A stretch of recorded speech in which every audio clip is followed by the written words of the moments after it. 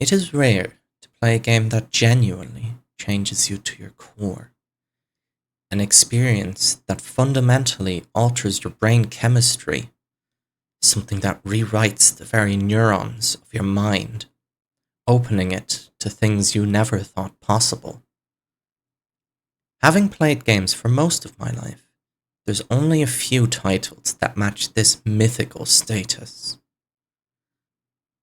But one game changed everything. That game was Monster Hunter World.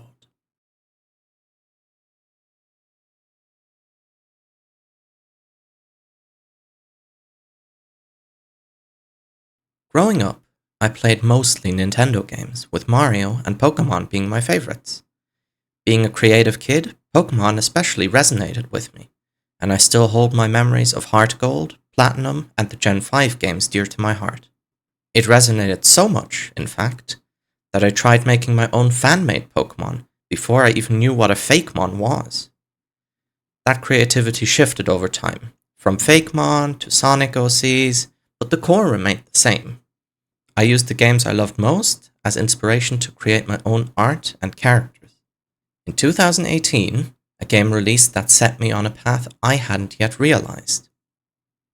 Super Smash Bros. Ultimate was the biggest crossover in all of gaming, and, like its predecessor, Smash for Wii U and 3DS, it introduced me to several new games and franchises. In one trailer for Smash Ultimate, a new boss was shown, that being Rathalos. At the time, I knew nothing about Monster Hunter, but I did know one thing. That dragon looks cool as fuck!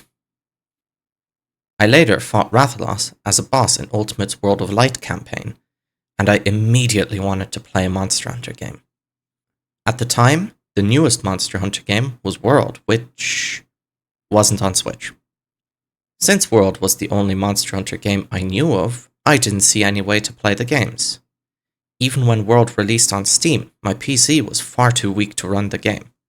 So it sat there, in my wish list, waiting. In 2020, I finally built my first PC, and for the time, this thing was top of the line. Even today, it still runs modern games with pretty good performance. In the winter of that year, Monster Hunter World was on discount as part of the Steam Winter Sale, and, having seen that the game with the cool dragon on the cover was on sale, I asked to get it as my Christmas gift that year, along with a few others. The following January, I finally decided to give Monster Hunter World a try. And I f***ing hated it! Yeah, all that hype, and I didn't even like the game at all. The combat felt clunky, I didn't understand the mechanics, and I quit before even finishing the tutorial. Literally after the first hunt against the small Jagras, not even Great Jagras. Thankfully, my journey didn't end there. I decided to give the game another try, and this time things went better. I switched from the longsword to the dual blades, and suddenly the game clicked. The combat became fluid, I started to understand the game better, and ultimately, I started having fun. Most of low rank went smoothly, with my main obstacle being the monster everyone's talked to death about, the dreaded, low rank Anjanath. I tried switching to cheese strats like sticky ammo heavy bowgun, but in the end, my trusted dual blades carried me to victory. By this point, I'd already fallen so in love with World that I decided to buy Iceborne before even finishing the base game's story. Unsurprisingly, the rest of the game, and most of Iceborne, went pretty smoothly. At this point, my favourite monster kept shifting, but one thing was certain. This game was something special, and I loved every second of it. During Iceborne's endgame, I began to struggle again, with raging Brachydios becoming my rival.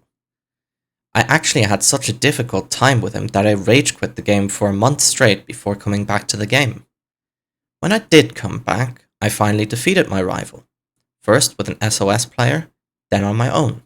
I then went on to beat the rest of Iceborne, which I absolutely loved.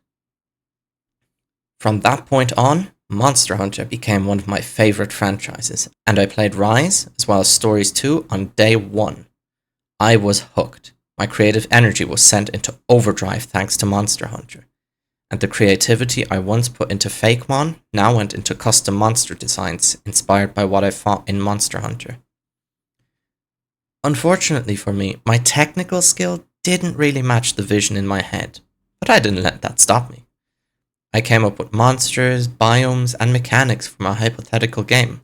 But since I didn't really know any code or how game engines work, I stuck to just drawing and writing down my ideas. During my game development studies, I then pitched a project of my own, a setting based on Monster Hunter, with a HD 2D inspired art style.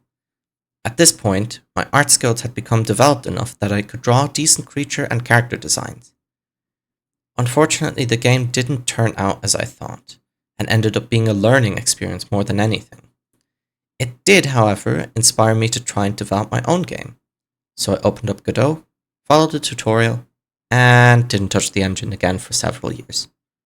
Eventually, I returned to try again, and things went better.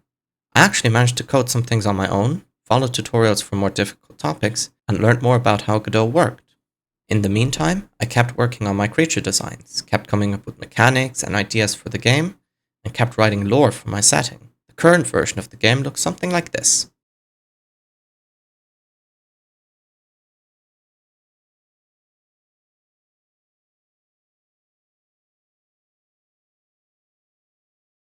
I have never experienced a game like Monster Hunter World before or since. Not because the gameplay is novel and unique, even though it is. Not because the game's setting is creative and inspired, but because it inspired my creativity.